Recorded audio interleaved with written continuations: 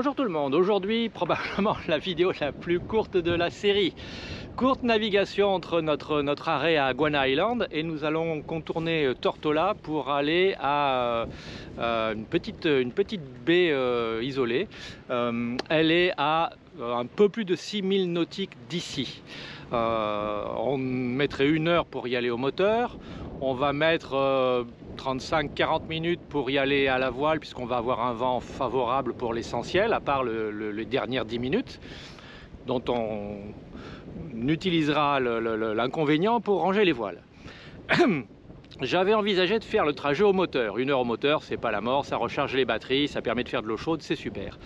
J'ai préparé le bateau pour le faire à la voile. Alors, il faut savoir que pour préparer Tiama pour faire une navigation à la voile, il faut un quart d'heure, 20 minutes. Pour ranger tout ça quand nous sommes arrivés, il faut un peu plus d'un quart d'heure, 20 minutes. C'est un petit peu plus long pour diverses raisons. Ça fait déjà 30 minutes à ajouter aux 30 minutes de navigation, sachant que dans les 30-35 minutes de navigation sous voile, puisqu'on va aller plus vite qu'au moteur, on a 5-8 minutes de mise en place de la grand voile et des voiles à contresens, puisque là on va être face au vent pour mettre les voiles. Donc on va être là-bas derrière moi, et notre destination elle est là-bas. Et à l'arrivée, pareil, on en a pour 5-10 minutes pour affaler la grand voile et ranger le solent. Moralité, ça va nous prendre au total pour faire la navigation sous voile, bonjour Béatrice, ça va nous prendre à peu près 1h30. Donc 30 à 40 minutes de plus que si on faisait le trajet simplement au moteur. Ça va nous faire pratiquer, mais je suis pas certain que ce soit une bonne idée. C'est moins long que de préparer le matériel et de le nettoyer après une plongée. Ah oui, préparer le matériel avant et après une plongée, c'est une demi-heure, 1 heure avant la plongée, autant après la plongée et le rinçage. Surtout quand on fait de la vidéo où il faut recharger les batteries. Une demi-heure, 1 heure de trajet pour aller sur le site de plongée, 50 minutes de plongée. La plongée est encore pire que la voile. Donc là, ouais, on va peut-être faire ça sous voile parce que j'ai tout préparé, mais c'est pas parce que j'ai tout préparé qu'on va faire ça sous voile, on verra bien. Pour la grande quantité de nos amis qui ne sont pas marins, je vais vous montrer ce que c'est préparer Tiama. Hein, je l'ai déjà fait, mais je le refais. Préparer Tiama pour une sortie sous voile. La première chose, je vire les 2 panneaux ici. J'allume l'électronique, je vire les 2 panneaux ici pour orienter les écrans sur l'extérieur pour qu'on voit les éléments de navigation quand on est au poste de part. Et donc ça, on le fait des 2 côtés. Et les panneaux de protection, ils sont posés là. Ensuite, tous les cordages qui sont attachés ici, l'écoute de grand voile, la bosse d'enrouleur du solent et les bosses de riz, tout ça à sa place, défait. Donc c'est pas très long, hein, vous allez me dire, mais c'est autant de choses qui ont été faites pour hier la fois d'avant. Pareil de l'autre côté pour l'écoute de grand voile. Bien sûr, on en profite pour recentrer la baume, qui en temps normal, on est sous les tropiques, elle est débordée de ce côté pour être débordée des panneaux solaires pour faire du soleil, de l'électricité pendant la journée. On prépare ensuite l'écoute de grand voile, on remonte la baume, donc on monte la balancine en relâchant l'écoute de grand voile, on rééquilibre tout ça. Là j'ai viré les lazy jack côté tribord puisqu'on va prendre le vent de bâbord. Donc la voile est un petit peu tombée en vrac tout à l'heure, remettre la voile propre sur la baume. Voilà, laisser la balancine ici puisqu'on va la relâcher un petit peu tout à l'heure. Défaire le bout d'affalage de la grand voile qui a été joliment levé et attaché, mettre la drisse de grand voile en place, il restera à détacher la sangle qui empêche la grand voile de se déployer, positionner les 2 taquets pour le solent autovireur pour qu'il prenne sa place en fonction du vent qu'on considère avoir, remonter les protections solaires pour avoir une bonne vision, une bonne visibilité sur l'extérieur, puis refermer les fenêtres. Voilà, les bosses de riz, bien sûr, les poser sur le pont et s'assurer qu'elles vont pouvoir se défaire tranquillement sans se coincer quand on va hisser la grand voile, puisque c'est une grande voile et ça prend du temps de grimper jusque là-haut. Voilà, préparer le bateau pour la navigation, c'est tout ça. Et puis ensuite, bien sûr, il va falloir allumer les moteurs, mettre un peu d'avant pour aller récupérer les 2 brins sur la bouée, sans qu'il y ait quelque part dans le bassin, puis par là. pour aller envoyer la grand voile, le Solent, puis faire demi-tour et partir là-bas, là d'où arrive le catamaran. On pourrait faire le trajet, on peut essayer, hein, on pourrait faire le trajet juste avec le Solent. Ça serait l'occasion de voir à quelle vitesse il nous fait avancer. Ça serait facile. Le seul pépin, c'est que comme j'ai défait les lazy jack, ma grand voile va s'affaler comme une bouse. Je peux encore les remonter. Les aérations, non, sont peut-être pas fermées. Oui, en principe, les panneaux de pompe, on s'assure que les ventilations sont fermées, parce que quand on prend des paquets de mer, il ne faut pas prendre de la flotte dedans. Ah si, elles sont fermées, on ne les avait pas rouvertes. Voilà ce que c'est préparer Tiama pour une navigation simple. Si on le prépare pour une navigation avec une voile additionnelle, c'est drisse de spi ou drisse de côte 0 à mettre en place, sortir la voile de la soute, l'installer sur l'emmagasineur là-bas, hisser la voile, préparer les écoutes, 2 pour le côte 0, 2 pour le Genneker, 4 pour le spi ou 4 pour le Parasailor. Ça prend du temps et après, bien sûr, on range tout ça. Bon allez, on va faire le test. Je vais remonter les lazy jack, laisser la grand voile en place comme ça et on va essayer de faire notre navigation au Solent. Ça permettra de voir comment se comporte Tiama avec une petite voile. Il ne devrait pas avancer très vite, mais ça devrait être facile. Bon, ben on a envoyé les voiles à 10h30, il est 11h moins 20, on avance à 6-7 nœuds. Le monte à bord devant nous. Axel, le cousin de Stéphane, à côté de nous. On doit avoir Mopiti devant, qui est parti un petit peu avant. On va aller contourner le cap là-bas et après on sera quasiment arrivé. J'ai toujours aucune idée du vent. Mon anémomètre tourne lentement, mais je ne sais jamais si c'est bon. Là on avance entre 6 et 7 nœuds. Il y a beaucoup plus de vent vers Jost Van Dyke là-bas. Les monocoques sont vraiment à la gîte. Mais ici c'est tranquille, la météo avait prévu 15-20 en rafale, on est je pense à 10-12 en rafale. Voilà, et Béatrice fait le reportage.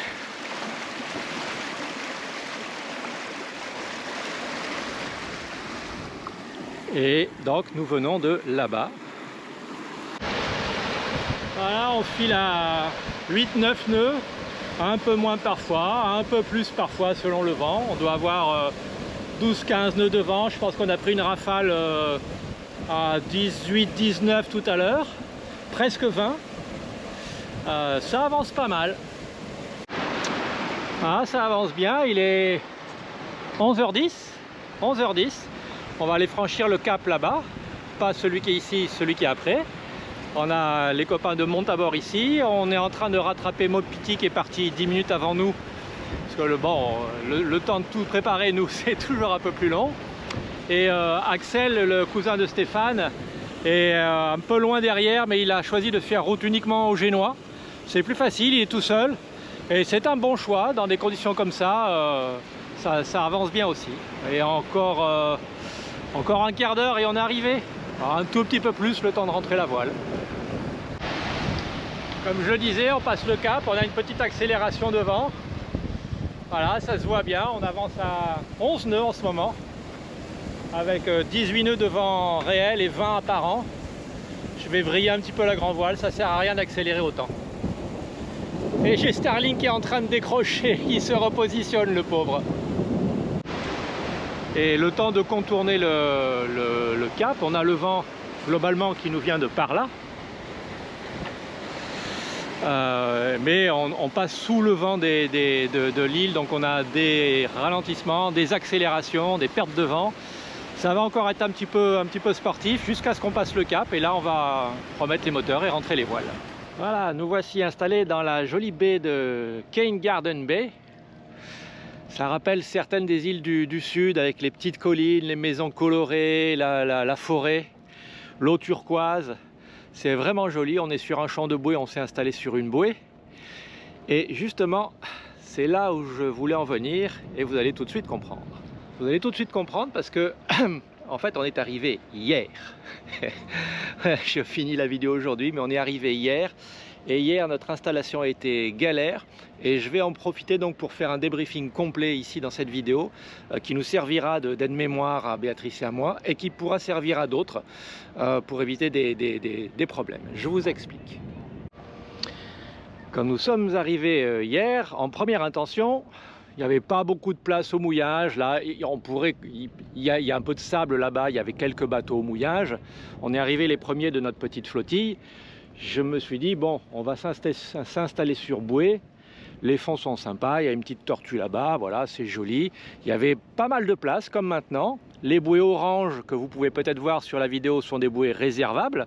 Les bouées blanches, s'il y en a une de libre, on vient, on s'installe. C'est ce que j'ai fait et j'ai opté, de mémoire, c'est probablement sur cette bouée-là. Il y avait un petit peu de vent. J'avais préparé des amarres assez courtes, celles-ci, qui sont grosses, donc bonne tenue pour le bateau. Une de chaque côté. Elles font un peu plus que l'aller-retour entre le taquet et la bouée d'amarrage en standard, donc c'était un bon choix. Moi au moteur, Béatrice à l'avant avec la gaffe qui est toujours là. J'avance tranquillou vers la bouée, le vent de face. Elle chope je m'approche, vous allez comprendre. Elle chope l'espèce de bout qui va de la bouée au petit point rouge, là où on est attaché actuellement. Elle arrive à l'attraper, hop, elle le remonte, elle passe la première amarre ici, elle l'attache rapidement parce que le bateau pivotait un petit peu, et puis après il s'agit de passer la deuxième qui passe de là-bas, qui était passée sous le bout dehors et qui était posée ici pour passer la deuxième. Et le problème, c'est qu'avec le vent, ce que je dis, il y avait un petit peu de vent, mais il y avait assez de vent pour faire tourner le bateau un peu dans tous les sens, et c'était assez pénible et compliqué à contrôler au moteur. Avec le vent, la bouée s'est trouvée sur le côté, s'est trouvée dessous, s'est trouvée sur l'autre côté, bref, c'était un peu le bazar. À un moment donné, ça s'est calmé, je suis venu, j'ai essayé de passer l'amarre, impossible. L'anneau au bout de la bouée est trop petit pour 2 diamètres d'amarre comme ça. On les a déjà utilisés, mais ici l'anneau était vraiment trop petit. Donc galère immédiate. Je bazarde la grosse amarre tribord, je récupère les amarres fines que nous avions la fois précédente, le matin avant de partir, je me dépêche de l'attacher, le bateau pivote, on retrouve la bouée là-bas, bref, c'est le bazar, c'est pas possible de récupérer, il faut revenir au moteur, se recentrer, c'est le bazar. Donc, décision est prise, on largue ici et on revient au large et on prépare 2 amarres fines en cas de besoin. Donc on fait demi-tour, on ressort, commençait à y avoir une certaine tension. Parce que rater une manœuvre comme ça, c'est compliqué. Quand le vent n'aide pas, on a pas mal de fardage en fait sur le bateau, c'est compliqué. Donc on sort, on vire tout ça, et puis on se dit, bon, on va aller se mettre au mouillage ici. On a l'impression qu'il y a pas mal de taches de sable, c'est assez clair, ça va être bien sympa, on va se mettre à l'ancre et puis voilà. C'est pas qu'on cherche les économies, mais on est bien à l'ancre et on sait bien faire ça. Donc on prépare l'ancre, tout va bien, Béatrice à l'avant, moi au moteur, on va s'installer. Une jolie tache turquoise, un grand espace turquoise, on s'installe, on déroule l'ancre, une vingtaine de mètres, ça ripe un petit peu, Béatrice me dit ça ripe, et puis soudain, paf, ça accroche super, donc l'ancre bien plantée, on déroule nos 25 mètres, on met la patte d'oie, et je vais à l'eau vérifier. Et en fait, 2 choses, j'essaye de vous le montrer, peut-être vous le verrez à la caméra. Une partie des taches turquoises que vous apercevez là-bas, sont simplement les reflets du soleil, et les taches sombres, celle qui est ici par exemple, ce sont juste les nuages qui sont là-haut. Donc on a l'impression qu'il y a des grosses taches de sable, en fait non, tout le fond est quasi turquoise et homogène, à part là-bas où on a vraiment un platier corallien bien visible. Nous on était dans le turquoise, c'est super, et toute la zone là-bas, partout, y compris ici, y compris là où nous sommes, y compris là où sont nos trois amis, tout ça, c'est un ancien platier corallien, c'est-à-dire c'est un fond de roche, il n'y a pas un pet de sable. Il y a peut-être 1 ou 2 taches de sable de 2-3 mètres par 1 ou 2 mètres. Le monte-à-bord a son ancre qui est là, qui est dans du sable, c'est le seul emplacement de sable qui existe. Et les 2 autres sont sur des rochers, ça tient bien, hein. Mais moi, quand j'ai vu ça, notre ancre était juste posée sur le côté, sur le rocher. On avait nos 25 mètres de chaîne qui étaient posés sur le fond, ça tenait super bien. Si le vent avait forci, j'aurais pas passé une bonne nuit. Si le bateau avait tourné, bref, c'était pas un bon choix. Donc, on décide de remonter et de changer d'emplacement. forcément, si on décide de remonter l'angle, ce qu'on a fait, aucun problème, il fallait revenir prendre, on est ressorti de la passe pour pouvoir réinstaller tranquillement nos amarres, pour pouvoir prendre une bouée. Nos 3 copains s'étaient déjà installés à l'ancre. Stéphane du Montabord avait descendu l'annexe et propose de venir nous donner un coup de main, ce que nous avons accepté. Et ça n'a pas toujours rendu les choses plus simples, vous allez comprendre. Comme la prise de coffre par l'arrière, donc la prise de bouée avec une amarre qu'on passe juste sur la jupe arrière, bâbord en l'occurrence, et ensuite qu'on remonte tranquillement en laissant reculer un petit peu le bateau, ça nous avait bien réussi il y a quelques jours. On se dit on va faire la même chose, donc on prend une grande amarre, je l'installe ici, je l'installe sur ce taquet, je la passe de l'autre côté, on parlera du chandelier après. On la passe derrière, on la pose sur la jupe et puis on revient encore un peu plus tendu que la fois précédente. Mais voilà, un petit peu de vent. Alors quand je dis un petit peu de vent, c'était entre 3-4 nœuds comme en ce moment et 12-15. On a même dû prendre une rafale supérieure à 15. C'est suffisant pour faire basculer le bateau et rendre compliqué les manœuvres gentilles et douces au moteur. Bref. J'approche Tiama tranquillou, je vois la bouée, je ne la vois plus. Béatrice me donne les indications, je continue à avancer. Enfin, j'approche. J'étais en marche arrière, hein, vous vous souvenez. J'approche, je vois bien la bouée. Béatrice passe son amarre. Elle remonte le bateau. Et puis à un moment donné, le vent me fait basculer. Et le temps d'attacher tout ça, on a le chandelier qui commence à prendre mal. Donc là, il s'agit de libérer pour essayer de refaire la manœuvre.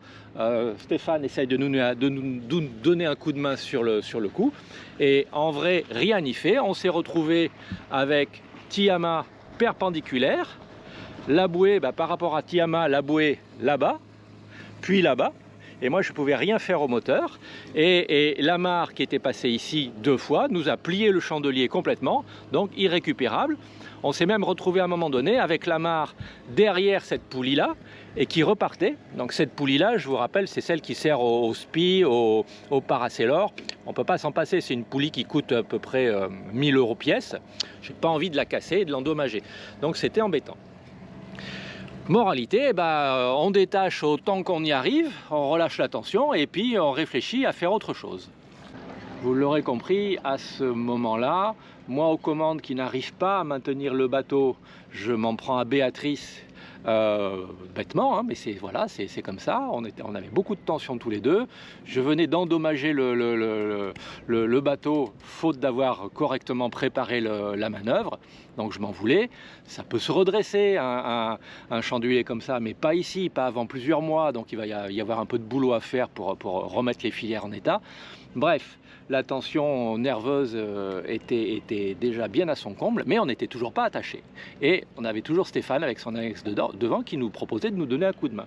Donc on reprend intégralement l'opération, on remet les 2 amarres en place pour faire une prise de coffre par l'avant et Stéphane nous propose de nous installer, de nous passer les amarres directement dans l'anneau de la bouée, ce qu'il a fait.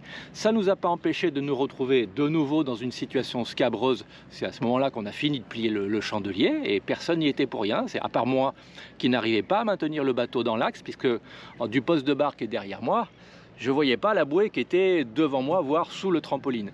Donc c'était pas concluant. Au final, on a fini par passer nos 2 amarres, par attacher le bateau avec la longueur qui va bien et on s'est arrêté là et on n'a plus touché à rien, on était accrochés, le vent nous poussait, c'était bien tendu et puis c'est resté comme ça pendant une bonne partie de la journée. Le problème qu'il y a sur ce bateau et sur beaucoup d'autres catamarans, j'ai été faire un tour hier pour vérifier, c'est que on a un taquet d'amarrage ici, mais quand on est pris sur bouée, les amarres, elles doivent passer par-dessus. Alors moi j'ai mis des pare-battages, c'est un espèce de revêtement en partie téflon, c'est super solide. Je les ai attachés comme j'ai pu, sinon ça passe là et ça use ici, ça frotte, ça use l'amarre et ça use le bateau, et ça passe sur la croix en dessous et ça l'abîme. Parce qu'il n'y a aucun moyen. J'avais demandé s'il était possible d'installer un chaumard quelque part ici pour reprendre l'amarre qui aille de là, comme sur un monocoque en fait, qui passe par le chômard et, en inox et qui après puisse aller sur la bouée, quelle que soit la longueur et donc l'angle que l'on donne. Et Outremer m'avait dit que non, c'était pas possible pour des raisons que on va pas s'étendre ici, mais ça serait la solution sur ce bateau.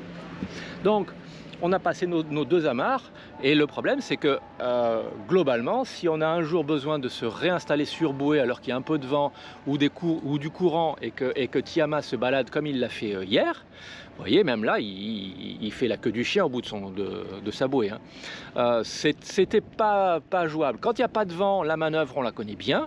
Quand il y a un peu de vent, voire beaucoup de vent, et qu'il faut s'installer sur bouée, c'était scabreux, c'était vraiment dangereux. Donc, j'ai opté pour une autre solution. C'est celle qui est en place actuellement. L'autre solution, c'est de considérer que quand on est sur chaîne, quand on est à l'ancre, Tiama est tenu intégralement par sa patte d'oie. La patte d'oie, vous le savez, c'est moi qui les ai fabriquées. Elles sont en polyamide 3 taurons, c'est du 20 ou 22 mm. C'est extrêmement solide, ça tient Tiama parfaitement. Et c'est attaché sur des points d'attache de force au bout de la poutre de compression. Ça a la résistance suffisante pour tenir le bateau au mouillage. Je vous montre encore. Voilà, la patte d'oie, elle est fixée sur un anneau inox ici, qui traverse de part en part la poutre en carbone. Quand vous voyez le diamètre de la chose, hein, je mets mon pouce à côté pour donner l'échelle, on sent que c'est quelque chose d'extrêmement solide. Et la poutre elle-même en carbone, elle est tenue par une platine inox avec 6 goujons, avec une plaque renforcée de l'autre côté de la coque. Tout ça, c'est structurel du bateau, ça craint rien du tout. Donc s'attacher ici, finalement, est au moins aussi bien, sinon mieux, que de se mettre là-bas. Le problème, c'est que s'attacher ici, en temps normal, on ne peut pas y passer une amarre, bref, le trou est un peu petit. On pourrait virer la patte d'oie, passer une amarre ici, faire un nœud, et puis mais on ne pourrait pas la rattacher. L'anneau est trop petit. Donc, ce que j'ai choisi de faire, c'est de considérer que mes pattes d'oie sont suffisamment solides pour tenir Tiama, que l'attache que j'ai fait là avec une manille textile est suffisamment solide pour tenir Tiama. Et donc, j'ai refabriqué une grosse manille textile et qui me permet d'attacher l'œil épicé au bout de la patte d'oie à l'anneau au bout de la bouée. Alors vous le voyez peut-être pas, je vous le ferai voir à l'occasion, mais c'est une grosse manille. Je l'ai fabriquée hier exprès. Je lui ai mis un gainage en polyester pour qu'elle ne s'abîme pas trop. C'est vite posé. Donc l'opération maintenant, quand on arrive et qu'il y a un peu de vent, moi j'amène Tiama dans l'axe de la bouée, Béatrice à la gaffe, elle arrive à choper le truc, elle a préparé sa patte d'oie à côté avec sa manille textile, comme elle le fait avec la chaîne quand on est au mouillage. Elle passe la manille dans l'anneau, elle passe le bouton de la manille dans son œil épicé, elle referme, elle balance tout à la flotte et ça y est, on est tenu. Ça va nous prendre 15 secondes. Hier, ça nous a pris, je sais pas, 1h30 ou 2 heures pour finir par s'installer énervés et à cran tous les deux. Donc c'était pas une bonne expérience. Ma conclusion aujourd'hui, c'est que Tiama, comme pas mal de catamarans dont j'ai pu regarder les installations sur bouée ici, n'est pas du tout conçu, prévu pour s'installer sur bouée. C'est un problème de conception. Poser un chômard presque au bout de l'étrave, c'est rien. C'est quelque chose qui, moi, me paraît être du bon sens, ça va de soi. J'ai jamais vraiment compris pourquoi Outremer ne le faisait pas spontanément, pourquoi ils n'avaient pas voulu me le faire quand je leur ai demandé. Je sais qu'ils l'ont fait sur un autre bateau qu'ils avaient demandé avec peut-être plus d'insistance que moi. Je reposerai la question à l'occasion quand on sera en Martinique, au Marin. Je trouverai bien quelqu'un à qui je pourrais poser la question et qui connaît et qui pourra me renforcer peut-être un petit peu l'endroit, histoire d'avoir quelque chose qui nous permet de nous installer sur bouée avec des vrais amarres et pas avec la patte d'oie. Ensuite, deuxième réflexion, il se dit, mais il se dit, hein, vous savez ce que je pense de il se dit que s'installer sur bouée en se reprenant sur la patte d'oie du catamaran, c'est pas une bonne idée parce qu'elle n'est pas conçue pour ça. Alors qu'en fait, si la patte d'oie, elle tient le catamaran, cette patte d'oie là, dans sa version longue, donc celle-ci sur ses 2 fois 10 mètres de long, elle nous a tenu pendant la tempête Brett, attachée avec des manilles textiles et sur la chaîne et sur le bateau. Donc au niveau résistance, solidité, capacité d'amortissement, c'est parfait. Le seul truc qui est un peu compliqué, c'est que s'il fallait être attaché court comme nous l'étions hier matin à Negada, je ne peux pas raccourcir la patte doigt pour ajuster le point de tir sur la bouée. Pour ça, il faut des amarres. Donc à Negada, il n'y avait pas de vent, c'était bien. Si ici, si à Negada, nous avions eu les conditions de vent qu'il y avait ici, sachant que les bouées étaient beaucoup plus proches les unes des autres, on n'aurait pas pu s'installer. Ça aurait été dangereux. On avait deux récifs à moins de 30 mètres derrière nous. On avait des bateaux à une longueur de coque et demie les uns des autres. Il n'y avait aucune place pour manœuvrer. Ça aurait été dangereux. Donc il va falloir qu'on réfléchisse à mettre en place un vrai protocole de prise de coffre, c'est-à-dire pour moi qui suis aux commandes, comme on a les intercoms, on peut se parler sans se crier dessus comme je l'ai bêtement fait hier. À charge à moi ou à Béatrice de dire en avant doucement, en avant moyen, en avant à fond.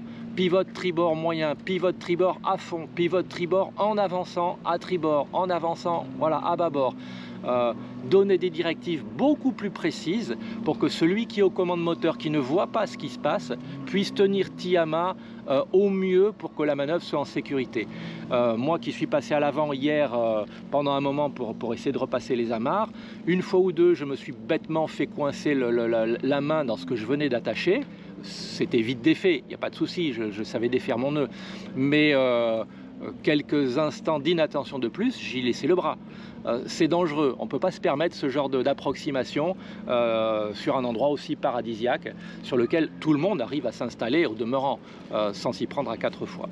Donc ma conclusion pour aujourd'hui, hormis le fait que ça nous a mis à cran et on est encore tendu aujourd'hui et c'est dommage et c'est pas le but, ce sont des vacances et des navigations et des installations pour le plaisir que nous faisons ici. Donc il faut éviter ces moments de tension, revoir, réinventer le processus de prise de bouée nous est nécessaire. Quand il n'y a pas de vent, on sait le faire, il n'y a pas de souci. Prise de coffre par l'arrière, quand il n'y a pas de vent, ça se fait nickel. Quand il y a du vent, il faut oublier, on va casser le bateau. Et tant que je n'ai pas fait installer un chômard devant, j'hypothèque mes deux poulies d'étrave et mes chandeliers. Ça fait déjà 2 fois qu'il plie celui-là, c'est pas une bonne chose. La première fois, c'est quand on avait perdu la Oxley et qui était passé par-dessus bord. Voilà en substance. Dernière petite chose sur ce bateau. Quand on est installé sur bouée avec les amarres, je vous l'ai dit tout à l'heure, l'amarre passe quelque part par là. D'ailleurs, vous voyez, il y a encore les traces sur mon pare-battage. Lui, il est très résistant, il va me tenir encore un petit moment. L'autre bouée, elle fait pareil, elle part de l'autre pare-battage et elle passe dessous, là, comme le fait la patte doigt en gros. Hein, c'est à peu près le même chemin. Mais quand on fait l'installation, imaginons qu'on soit, Béatrice ou moi, qu'on soit ici, on prend la gaffe arrive à attraper le penant de la bouée, il n'y a pas de souci, on remonte, on peut passer la première amarre, on peut la frapper ici, plus ou moins court selon le temps qu'on a, on peut avoir la deuxième ici, la passer dans son anneau et après la repasser de l'autre côté. Le problème, c'est qu'il faut passer là-dessous. Et passer là-dessous, quand il n'y a pas de vent, on y arrive, on se débrouille, on se faufile, on passe un morceau là, on s'allonge de l'autre côté, on tend le bras, on a le bras juste assez long pour récupérer l'amarre qui pendouille dessous et on va l'attacher de l'autre côté. Mais c'est toujours un peu galère à franchir tout ça et avoir une amarre de bouée qui fasse à peu près 2 fois la distance normale. Donc la bonne distance qui fait qu'on n'a pas des mètres à reprendre et la manœuvre est plus facile et plus rapide, ne nous permet pas d'avoir notre amarre ici avec 2 fois cette distance-là. Donc il va falloir que je réfléchisse, que je fasse des tests pour qu'on puisse se trouver une façon de s'installer sur bouée qui soit facile et sûre, sachant que celle que nous avons mis en place hier, pour le moment, à ma préférence, on utilise l'une ou l'autre de nos pattes doigts, une manie textile, 2 si on est angoissé. Et après, si on se dit dans les jours qui viennent, on va prendre beaucoup de vent, on va vérifier la bouée, elle est susceptible de nous tenir, eh bien, on passe nos amarres tranquillement, avec l'annexe, on la passe, on la remonte, on l'attache, et une fois que c'est fait, on se libère de la manie textile qui, elle, n'est pas très épaisse, elle ne gênera pas l'opération. Voilà, donc, si vous avez souvent fait ces opérations de prise de coffre sur un catamaran avec du vent, n'hésitez pas à m'expliquer où sont nos erreurs, ou les miennes en particulier, et comment améliorer la chose. Si ça ne vous est pas arrivé souvent, eh ben, sachez que parfois on peut être en galère et que s'il y avait du monde derrière ou sur les côtés, c'est vite très stressant. Donc ce sont des choses qui ne sont pas agréables. Après, une fois qu'on est installé, je le redis, l'endroit est sympa comme tout. Franchement, on est bien content d'être venu. Voilà, le monocoque qui s'est installé tout à l'heure, ils sont déjà en train de réviser leur installation. Alors qu'ils ont fait ça de main de maître, c'était super facile sur un monocoque. Il n'y a aucun risque, aucun danger. Sur un kata, c'est plus compliqué. Là, en ce moment, il n'y a plus que 1 ou 2 kata à voile, un kata à moteur et 2 kata à voile et un derrière nous. Ce soir, ça sera plein, il y en aura partout. Et donc, on continuera à regarder comment ils s'installent. Bah ça y est, le monocoque s'en va, ça ne doit pas leur convenir. Ils sont arrivés il y a une demi-heure. Allez, c'est tout pour aujourd'hui et on va essayer de profiter de la vie. C'est le jour d'escale à cet endroit des catamarans moorings. 1, 2, 3, 4, 1 qui arrive, 5 là-bas. Je pense qu'il y en aura d'autres. Ils ont des circuits, donc ils viennent tous au même endroit les mêmes jours. C'était curieux à regarder comment ils s'installent. Ils se sont tous installés avec des amarres qui passent par l'extérieur des coques et sur la patte d'oie qui passe à l'intérieur. Et curieusement, ils ont tous 2 taquets sur la poutre de compression, deux taquets qui sont installés là. Moi, je me serais dit, tiens, c'est pratique pour se mettre sur bouée, mais ils ne les utilisent pas. C'est peut-être pas assez fort. Bref. Là où je voulais en venir, une autre idée que je soumets à la sagacité des commentaires les plus aguerris de nos visionneurs les plus expérimentés, une idée qui m'est venue tout à l'heure. Nettoyer un petit peu la poutre, c'est du carbone, c'est extrêmement solide, y mettre quelque part par ici une bande j'ai un plastique transparent de protection anti-rayures, histoire de la protéger, y attacher autour une boucle en Dyneema du 5 mm ou du 4 mm, ça suffit, avec une manille textile au bout. Et l'idée, quand on arrive, donc on prépare nos amarres pour une prise de bouée. Pareil, on les attache ici, en cas de besoin, tout est prêt. Quand on arrive, celui qui est au moteur s'approche de la bouée, l'autre avec la gaffe attrape l'anneau, prend l'anneau, l'attache ici avec la manille textile. Voilà, le bateau, il est tenu temporairement sans trop de tension. Et s'il y a de la tension, c'est pas grave. Le Dyneema ici va résister pendant quelques instants. Ça va pas casser, ça casse à 2 tonnes de traction. C'est la même charge que ce qu'il y a sur la patte d'oie actuellement. Donc, aucun souci. Mais l'anneau de la bouée, il est là. Si on pivote, au pire, on va se retrouver avec une amarre par là. Et là, on prend nos amarres, on les passe. Donc je prends mon amarre ici, je la passe dans mon anneau que j'ai à portée de main. Ça y est, j'ai plus d'effort à faire. On peut même être à 2 puisqu'on est tenu temporairement. Je peux mettre les moteurs à point mort de mon côté. On passe une amarre, on va l'attacher, on repère la longueur pour qu'elle soit attachée tout de suite à la bonne longueur. On passe la deuxième dans l'anneau qui est à portée de main aussi, qui est tenu, il n'y a aucun souci. On va l'attacher tranquillou, on reprendra la longueur tout à l'heure, il n'y a pas de problème. Une fois que c'est fait, un petit coup de moteur pour relâcher un peu la tension sur la manille textile, on l'ouvre, on lâche et on est attaché. Moi, je trouve que ça pourrait être une solution sympa. Je vais la soumettre à la sagacité de 2-3 personnes. Si vous avez un commentaire ou un avis à me donner là-dessus, je suis preneur, mais ça me plairait bien d'essayer. Bon, la deuxième idée bonus, elle est mise en place, mais je ne vais pas l'utiliser. La deuxième idée bonus, c'est réutiliser ce que je viens de vous expliquer avec la patte d'oie et qui nous tient avec la patte d'oie. L'idée, c'est de préinstaller les 2 amarres sans les passer dans l'anneau de la bouée, bien évidemment. Donc on les préinstalle sur les bonnes longueurs. Alors comment je fais? C'est simple. Quand j'ai conçu ces amarres là, j'ai fait des petites surliures à l'aller et au retour. Quand ces 2 là sont au même niveau, j'ai 2 vertes là-bas, quand ces 2 là sont au même niveau, alors ma boucle protégée par une petite bande anti-ragage, alors ma boucle est au milieu. Donc je peux faire la même chose des 2 côtés.